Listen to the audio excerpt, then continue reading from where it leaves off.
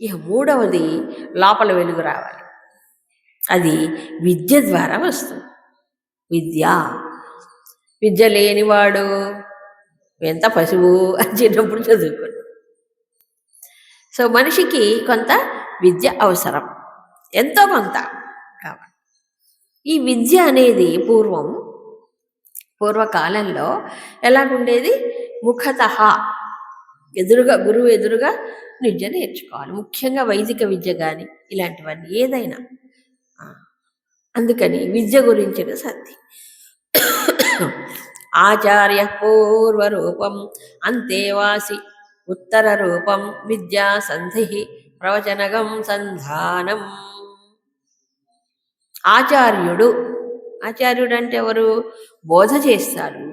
రెండవది దారి చూపిస్తాడు. ఒకటి బోధ చేయటం, రెండు నడవడికను గురించి సూచనలు ఇవ్వడం. రెండు చెయ్యాలి. అందుకే పూర్వం ఆచార్యుడు దగ్గరలో ఉండాలి అనేవారు. ఇప్పుడు డిస్టెన్స్ ఎడ్యుకేషన్ వచ్చేసింది అనుకోండి, ఒకప్పుడు అది లేదు. గురుకులంలో చేరితే ఎన్ని సంవత్సరాలో గురువు సన్నిధిలో ఉండేవాడు. అంతా అయిపోయిన తర్వాత మళ్ళీ తల్లిదండ్రుల దగ్గరికి వెళ్ళేవాడు. మధ్యలో వేసవి సెలవులు, ఆ సెలవులు, ఈ సెలవులు లేవు. మళ్ళీ ఇంటికి పోతే వాడు బూడ్చి బారిపోతుంటాయి. లేదు ఆ రోజుల్లో. అలాగే వదిలేవాళ్ళు గురుకులాల్లో చక్కగా. కాబట్టి క్రమశిక్షణగా అంతా వచ్చేది, అన్ని రకాల ట్రైనింగ్ జరిగేది గురుకులాల్లో. ఇప్పుడు గురుకులం నామకే వాస్తే పేరు, రెసిడెన్షియల్ స్కూల్ అనేది పేరుకు మాత్రం మిగిలింది. అందులో గురుకులమే లేదు. రోజులు మారిపోయింది. ఒకప్పుడు ఎలా కాదు. ఉపనయనం చేసి పంపిస్తే నిశ్చింతగా ఉండేవాళ్ళు తల్లిదండ్రులు. మధ్యలో వెళ్ళి చూడడం కూడా లేదు. అంత నమ్మకం. ఎప్పుడైనా వెళ్తే వెళ్ళేవాళ్ళేమో, వీళ్ళు మాత్రం పంపించేవాళ్ళు. అంత కఠినమైనటువంటి శిక్షణ పొందినప్పుడే వాడు బాగుపడతాడు. ఇప్పుడు ఒక మాట అనకూడదు, దెబ్బ తాగకూడదు, ఓ పని చేయకూడదు. మా పిల్లలతో పని చేయిస్తున్నారే, ఇంకెప్పుడు వంగుతాడు వాడు? చిన్నప్పుడు నడువు వంగిపో, తర్వాత వంగుతుందే? చెప్పండి. వంగదు, పనికిరాడు. ఇక దేనికి పనికిరాడు. కాబట్టి చక్కగా ఆ రోజుల్లో గురుకులాల్లో గురు పత్ని కదా ఉండేవాడు. పిల్లలందరూ కూడా ఒక్కొక్కళ్ళు ఒక్కో పని చిన్నప్పటి నుంచే. మనం ఏది కుచేలోపాఖ్యానం చదువుకోలే?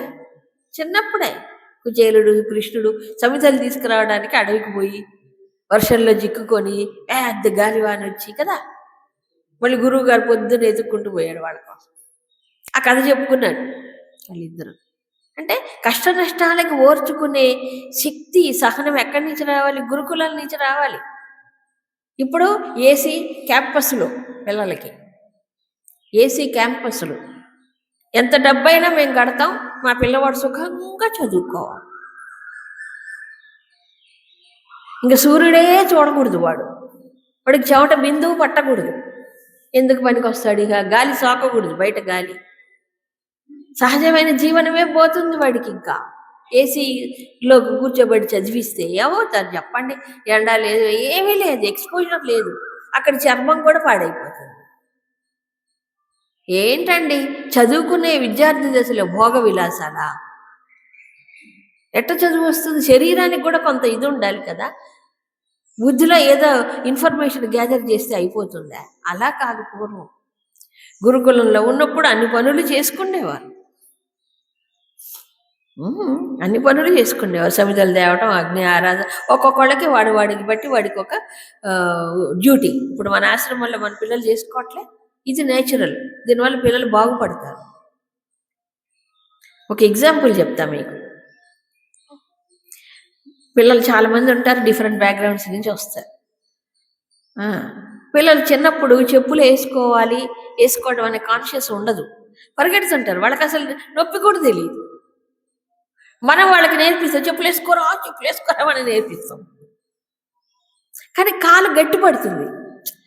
చిన్నప్పుడు మెత్తగా ఉండేది, అలా నడుస్తూ ఉంటే ఏమవుతుంది? కొన్నాళ్ళకి కొంత గట్టి పడుతుంది.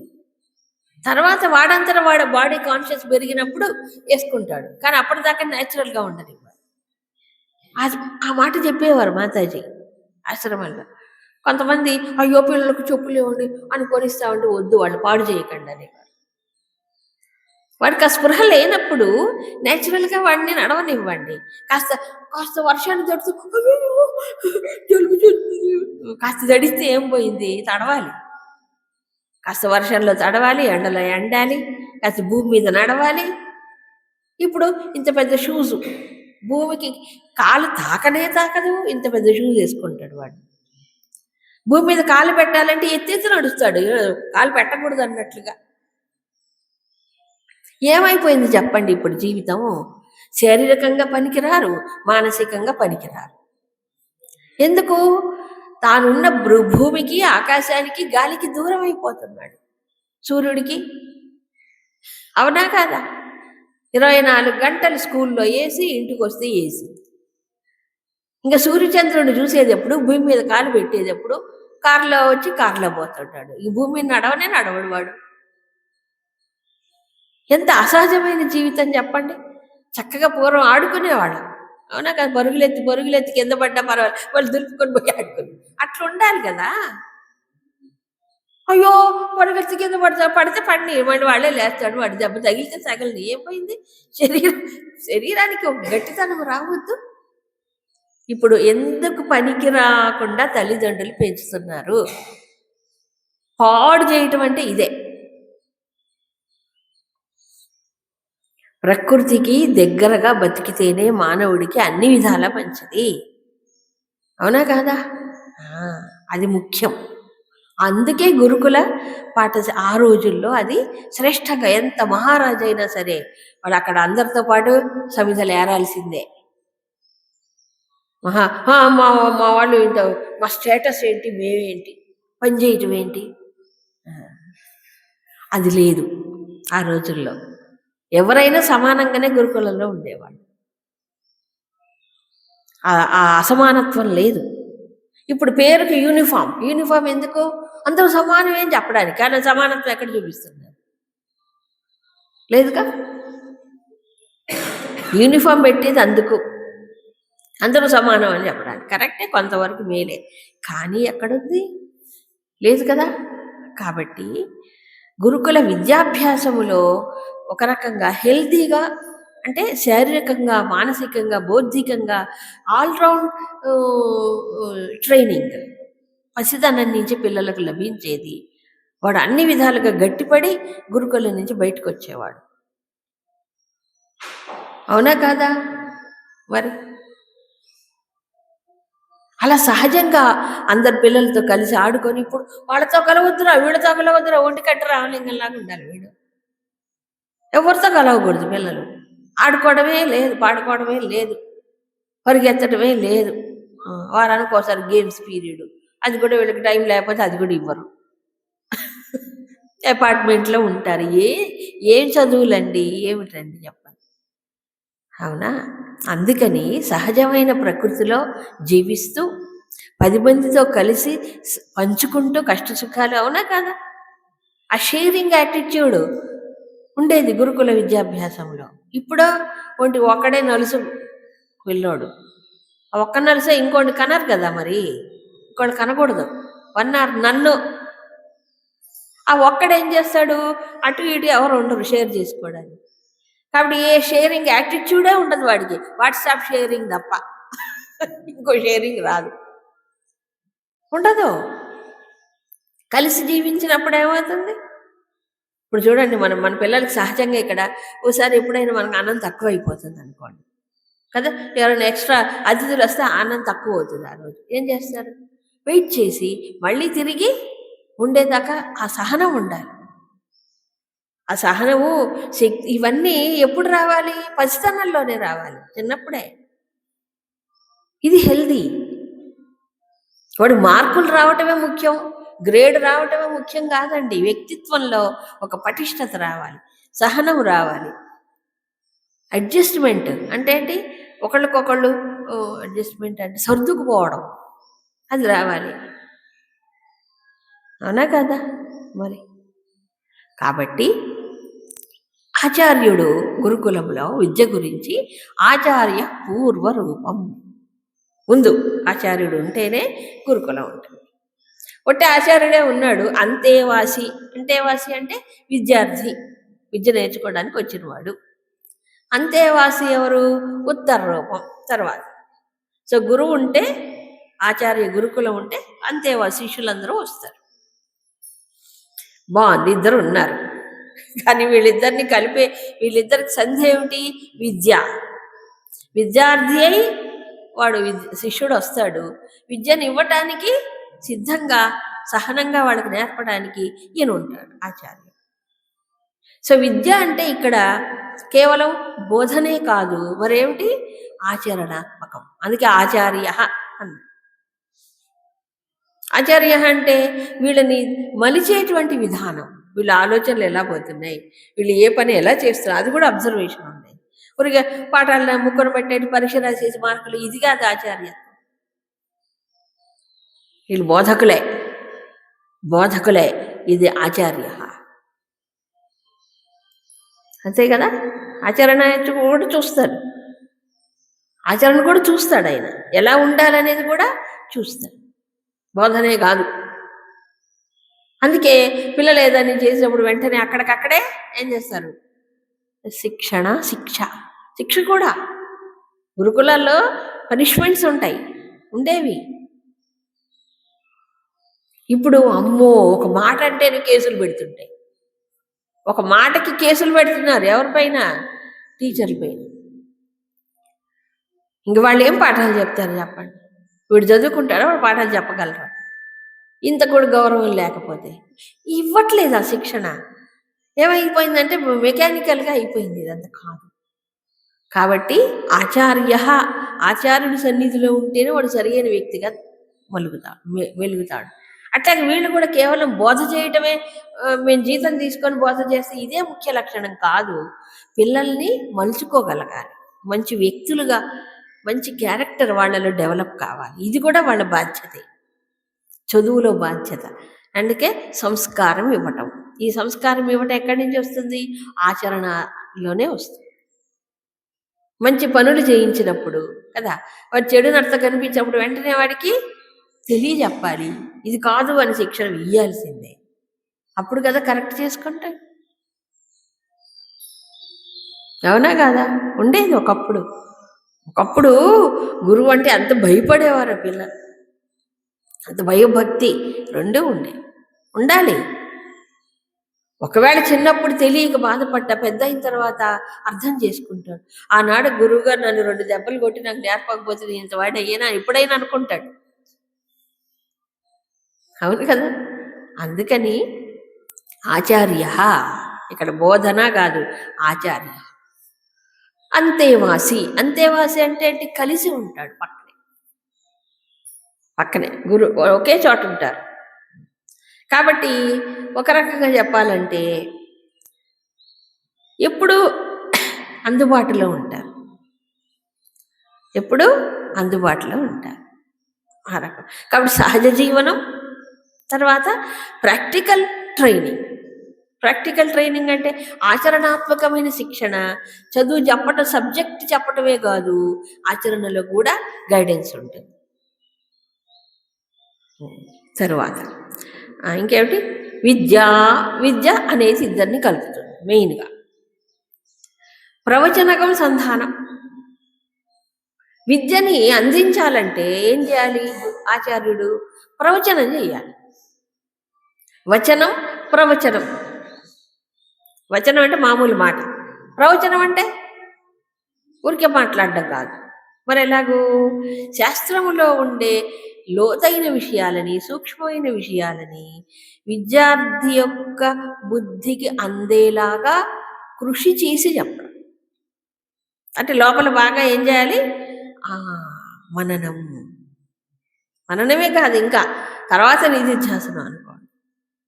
ఇలా ప్రాక్టికల్గా ఆలోచన చేయకపోతే శాస్త్ర విషయాల్ని వాళ్ళకి అందించడం సాధ్యము కాదు కదా. కాబట్టి విద్య అనేది అందించాలంటే ముఖ్యంగా ఏం కావాలి? ప్రవచనం. గురువుగారు చెప్పాలి, పాఠం చెప్పాలి. పాఠం చెప్పడం అనుకోండి, గురువుగారు ఎంతసేపు మౌనంగా చూస్తూ కూర్చుంటాడు వాడు. కదా, చెప్పాలి కదా అప్పుడేమవుతుంది, తనకున్నటువంటి జ్ఞానమును ప్రవచనము ద్వారా ఏం చేస్తాడు, అందిస్తాడు.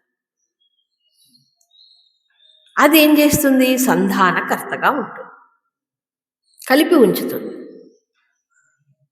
విద్య కోసం వచ్చినా ప్రవచనం అనేది లేకపోతే లేదు. అందుకేనేమో తర్వాత 9వ అనువాకంలో 13 సార్లు చెప్తారు ఏంటి, ప్రవచనం స్వాధ్యాయ ప్రవచనాభ్యాం న ప్రమదితవ్యం. స్వాధ్యాయ ప్రవచనాల గురించి 12-13 సార్లు చెప్తారు ఋషి. తర్వాత అనువాక. అంత ముఖ్యం, అంత ముఖ్యం. నిజమే కదా.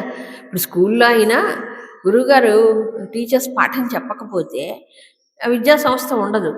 ఊరికి వచ్చి కూర్చొని పోవడానికి కాదు కదా, చెప్పాలి కదా వాళ్ళకి. అది ప్రవచనమై ఉండాలి. అంటే ఈ పాఠం చెప్పేటప్పుడు, చెప్పే ముందు వీళ్ళ లోపల ఏం చేయాలి, దాని మీద ఆలోచన చెయ్యాలి, కృషి చెయ్యాలి, ప్రిపరేషన్. ఇప్పటికీ కూడా టీచింగ్ నోట్స్ అని రాస్తారు. ఓకే, ఇది పెట్టారు రూల్, ప్రతి టీచర్ టీచింగ్ నోట్స్ రాయాలి. ఉంది. టీచింగ్ నోట్స్ ఎందుకు రాయాలి అంటే వీళ్ళకి ఆ పాఠాన్ని గురించినటువంటి అప్పటికప్పుడు అప్డేట్స్ అంటే అప్డేట్ అనే అది కూడా ఉండాలి. ఇప్పుడు సైన్స్ కదా, ప్రకారం డెవలప్ అవుతుంది కాబట్టి జీవితంతో సమన్వయం చేసి కూడా చెప్పగలగాలి. కొన్ని ప్రాక్టికల్ థింగ్స్ కొన్ని ఉంటాయి, అవన్నీ ఎప్పటికప్పుడు ఆలోచించి చక్కగా వాళ్ళ స్థాయికి అందుబాటులో ఉండేలాగా ప్రిపేర్ అవ్వాలి. ఇప్పుడు ప్రిపరేషన్ అంటారు దాన్ని ఇప్పుడు లాంగ్వేజ్లో, కానీ ఒకప్పుడు దాన్ని మననం. ఏ టీచర్ కూడా ప్రిపేర్ అవ్వకుండా క్లాస్కి వెళ్ళకూడదు కదా. లేకపోతే ఏం చేస్తారు, చదివి చెప్తారు. పాఠం చదివితే ఎట్ట కుదురుతుంది, చదివి మళ్ళీ 4 ముక్కలు చెప్పడం, మళ్ళీ చదివి 4 ముక్కలు చెప్పడం. అది ఎలా, దాన్ని వివరించి నీ లోపల దాన్ని జీర్ణం చేసుకొని కదా చెప్పాలి, సమన్వయం చేసుకోవాలి కదా. అది ప్రవచనం. అవునా. ఈ ప్రవచనం వల్ల ఏమవుతున్నారు, సంధానం, ఇద్దరికి సంధానం అవుతుంది. కరెక్టే. అది లేకపోతే ఎవరికి వారే నిలవ. కాబట్టి గురుకులములో ఉండవలసిన వాతావరణం ఏంటి చెప్పాడు.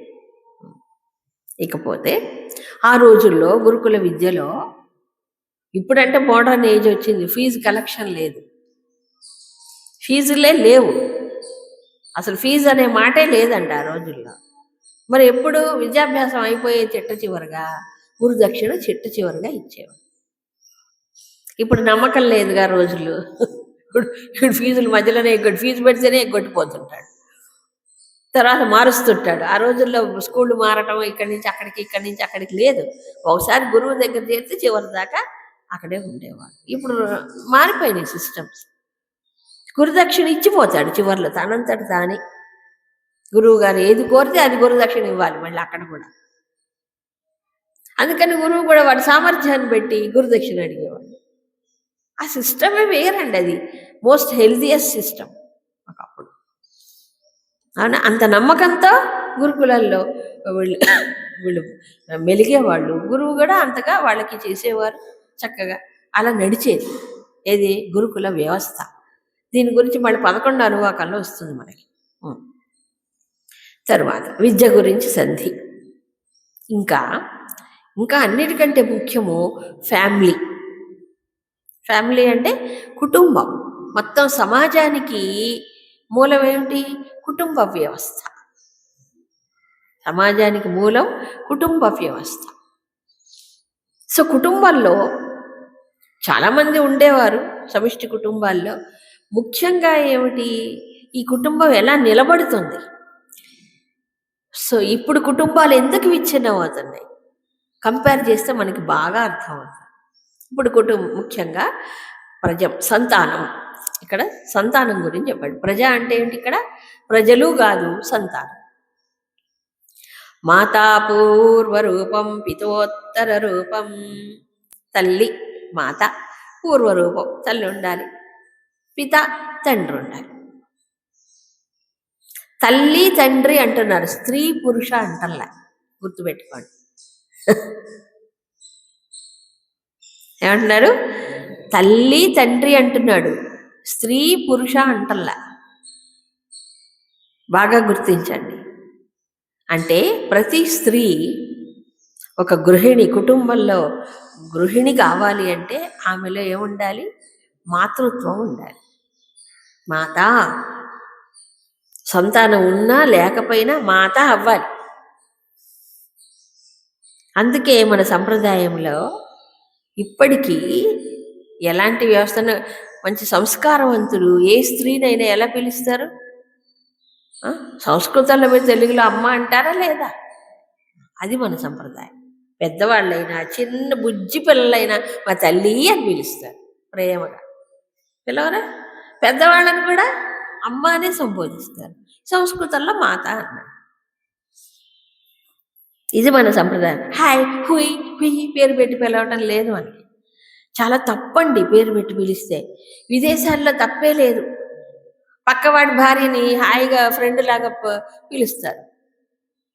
సంబోధన లేవు అక్కడ, పేరు పెట్టి పిలవటమే. అన్న, అక్క, చెల్లి, ఏమా ఏం లేవు. ఇప్పుడు మనకు కూడా అదే అలవాటై. కాబట్టి మాత.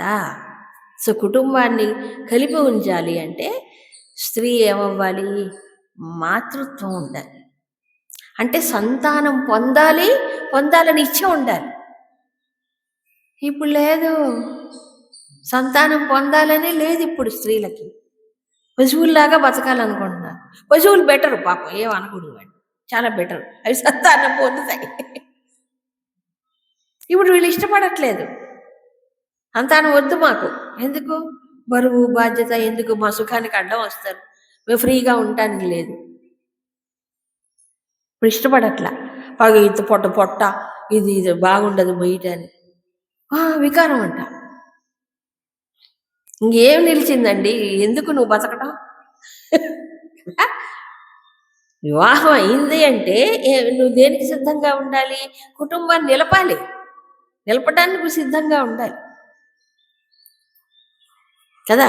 మరి అందుకే కదా వివాహం అనే వ్యవస్థ పెట్టారు. లేకపోతే ఎందుకు పెడతారు? ఎవరికి వాళ్ళు స్వేచ్ఛగా జంతువుల్లాగా ఉండొచ్చుగా. కాదు, మన హిందువుల్లో అది లేదు, మన కల్చరే వేరు. కాబట్టి వంశం కొనసాగాలి అంటే ఈమె మాత అవ్వాలనుకున్నప్పుడు ఆయన కూడా ఏమవ్వాలి? పిత అవ్వాలి. Very good. సో ఇద్దరు ఉన్నారు, కానీ ప్రజాసంధి. ప్రజ అంటే సంతానమే సంధి. లేదా ఎవరికి వారు జీవించవచ్చు. ఎందుకు కలిసి జీవించటం? ప్రజననగం సంధానం. ప్రజననం అంటే ఏంటి? జన్మ అంటే జన్మనివ్వటం. ఎవరికి? తర్వాత వాళ్ళకి జన్మనివ్వాలి అంటే పిల్లల్ని కనాలి అనేటువంటి ఒక వాంఛ, సంతానం పొందాలి అనేటువంటి కోరిక ఏం చేస్తుంది? ఇద్దరిని సంధానం, ఎప్పటికీ కలిపి ఉంచుతుంది. పిల్లలు పుట్టిన తర్వాత కూడా పిల్లల కోసం కలిసి ఉండేవాళ్ళు ఒకప్పుడు, అవునా కాదు? ఎంత ఒడిదొడుకులున్నా, కష్ట నష్టాలున్నా, ఎంత స్పర్ధలున్నా, ఒకప్పుడు అయ్యో పిల్లలు ఉన్నారు కదా, లేదా ఒంటరి వాళ్ళు అయిపోతారు. ఒకళ్ళు లేకపోయినా ఆ కొరత ఉంటుందట వాళ్ళు.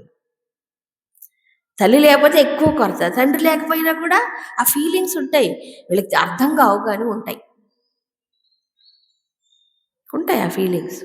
కాబట్టి ఎంత ఇదైనా లోపల దిగమింగుకొని పిల్లల కోసం కలిసి ఉండేవారండి ఒకప్పుడు.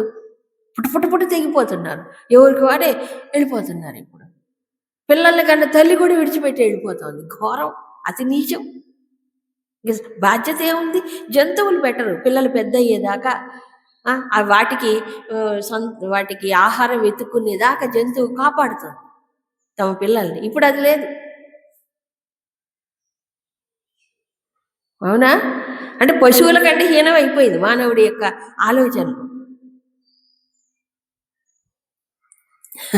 అందుకు సమాజ వ్యవస్థ పటిష్టంగా ఉండాలంటే ఒక ధర్మం, ఒక నీతి అనేది ఉండాలి. చూసారా మరి ఇది ఎంత ముఖ్యమైన సంధి? మొత్తం సమాజం అనే భవనానికి ప్రతి కుటుంబము ఒక యూనిటే. భవనంలో గోడలో ఇటుక ఎంత ముఖ్యమో కుటుంబం అంత ముఖ్యం. సో పూర్వము మన హిందూ జీవన విధానములు, భారతీయ జీవన విధానంలో కుటుంబానికి ప్రాముఖ్యత ఇచ్చారు. సమాజానికి ప్రత్యేకంగా ఇవ్వక్కర్లేదు. కుటుంబంలో యూనిట్ బాగుంటే మొత్తం అంత. సో కుటుంబ వ్యవస్థ స్ట్రాంగ్గా ఉండాలి ఒకళ్ళకొకళ్ళు. అది లేనప్పుడు మొత్తం దెబ్బతిన్నట్లే. ఇప్పుడు ఎవరికి ఎవరు లేరు. నాకు నువ్వు, నీకు నేను అన్నప్పుడే నిలుస్తుంది అది. అవునా? నాకు నేనే, నీకు నువ్వే అంటే విడి ఆకులు అయిపోయాయి. కాదు. ఎప్పుడైనా సమాజంలో కానీ ఎక్కడైనా 10 మంది కలిస్తే ఒక వృద్ధి, ఒక పటిష్ట సంక్షేమం అనేది ఉంటుంది. అనా కాదా? ఇప్పుడు అది లేదు. కుటుంబాలు విచ్ఛిన్నం అయిపోతున్నాయి. ఏది ప్రధానం? పైసామే పరమాత్మ హై వచ్చేసింది. ఓ పైసామే పరమాత్మ హై మూలం అయినప్పుడు, ధనమూలం ఇదం జగత్ అయినప్పుడు ఈ వ్యవస్థ లేదు, నిలవదు. అక్కడ బాధ్యతలు లేవు, కర్తవ్యాలు లేవు. ఇప్పుడు ముఖ్యంగా ఆడపిల్లల్లో ఎక్కువైపోయిందండి, అనకూడదు కానీ.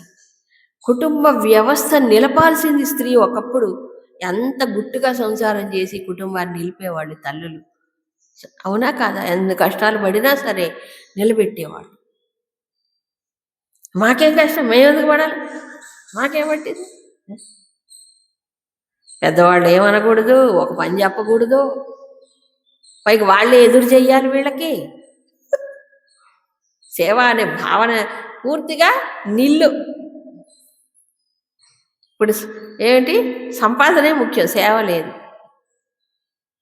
ఇప్పుడు సేవ అనేది కుటుంబ వ్యవస్థలో సహజం అండి. అవునా కదా? పెద్దలు ఉంటే, తాతగారు పెద్దలు ఉంటే వీళ్ళు చిన్నవాళ్ళు ఏం చేయాలి? వాళ్ళకి సహాయం చెయ్యాలి. దాని సహాయం అనరు, సహజంగా చేసేవాళ్ళు. నేను నీకు సహాయం చేస్తున్నాను జ్ఞాపకం కూడా ఉండదు, ఆ భావన కూడా ఉండదు. అలా సహజంగా చేసేవాళ్ళు అలవాటైపోయేది. చక్కగా ఒకళ్ళకోసం ఒకళ్ళు ఉండేవాళ్ళు. వామ్మో, ఇప్పుడంట నాన్న ఒక గ్లాస్ నీళ్ళు తీసుకురా, తీసుకొస్తే థ్యాంక్ యూ అని చెప్పాలి. వాడికి నీళ్ళు తీసుకొచ్చి థ్యాంక్ యూ చెప్పాలంట. థ్యాంక్స్ చల్లగుండా థ్యాంక్ యూ చెప్పడం ఏంటి? పసిపిల్లలకి చెప్పాలట థ్యాంక్ యూ బేబీ. మరి అట్లా థ్యాంక్ యూలు ఈ తల్లికి వాడు ఎంత చెప్పాలి? ఆ పిల్లవాడు ఎన్ని థ్యాంక్స్ చెప్పాలి? రోజల్లా చెప్తూనే ఉండాలి థ్యాంక్ యూ. ఎన్ని చేస్తే పిల్లలు పైకి వస్తారు? అవునా? కాబట్టి ఆ సహజమైనటువంటి రిలేషన్స్ అనేవి పోయినాయి. కానీ మన ధార్మిక జీవన వ్యవస్థలో, హిందూ ధర్మంలో అంత స్ట్రాంగ్ ఫ్యామిలీ స్ట్రక్చర్ ఉండేది. ఆఖరికి ఎంత ఉండేదంటే వీళ్ళు చచ్చిపోయిన తర్వాత కూడా రిలేషన్ ఉంటుంది, తర్వాత వస్తుంది మనకి. ఎందుకు? మనం వాళ్ళకి రుణపడి ఉన్నాం. రుణపడలేమా? తల్లికి తండ్రికి చెప్పారుగా, మాతృ రుణం, పితృ ఋషి రుణం అన్నీ ఉన్నాయి కదా. నిజమే. ఈ రుణాన్ని తీర్చుకోవాలి అంట. సో ఇంత స్ట్రాంగ్ అంటే ఒక శక్తివంతమైనటువంటి, ఒక క్రమశిక్షణాయుతమైనటువంటి, ఒక ధార్మికమైనటువంటి వ్యవస్థ ఉండబట్టే మన సంస్కృతి అంత గొప్పదయ్యింది. అవునా? కాబట్టి తల్లి తండ్రి, మాతా పిత చూడాలి. ఇప్పుడు మాత అనేది లేదు. ఎవరైనా అమ్మ అని నేను ముసలిదాన్నా, నా అమ్మ అంటే ఏంటంట, అమ్మ అని పిలవకూడదంట. అమ్మ అని పిలిస్తే ముసలివాళ్ళట. పిలిపించుకోవడానికి ఇష్టపడట్లే ఆడవాళ్ళు. ఆ పిలుపులో ఎంత గౌరవం ఉంది, ఎంత సంస్కారం ఉంది, ఎంత చల్లదనం ఉంది. అవునా కదా? మరి దాని విలువ తెలిస్తేగా. అందుకు మన సంస్కృతిలో అందరూ తల్లులే, ప్రకృతి అంతా తల్లే, చిన్నపిల్లలు తల్లే, పెద్దవాళ్ళు తల్లే, అందరూ తల్లులే కదా. తన భార్య తప్ప అందరూ తల్లులే. ఇది మన సంస్కృతి కదా. అందులో ఇంకా లోతుగా వెళితే కులధర్మపత్ని, ధర్మపత్ని అంటే 6 లక్షణాలు ఉండాలి. 6 లక్షణాల్లో అన్నం పెట్టేటప్పుడు తల్లిలాగా పెట్టాలంట. అంటే అక్కడికి వచ్చేటప్పటికి మాతృభావనతోనే పెడితే వాడికి హాయిగా భోజనం ఎండుతుంది. అది అందుంది. కాబట్టి తల్లి, తండ్రి. సో కుటుంబానికి మూల స్తంభాలు ఎవరు? ఈ మాతృత్వం, పితృత్వం. వీళ్ళిద్దరూ ఏం చేయాలి? వీళ్ళ సంతానం మంచి దశలోకి రావడానికి, మంచి సంస్కారవంతులు అవ్వడానికి, శక్తివంతులు అవ్వడానికి ఇద్దరూ కలిసి కృషి చేయాలి, కష్టపడాలి, పంచుకోవాలి సుఖ దుఃఖాలు కూడా. హరి ఓం.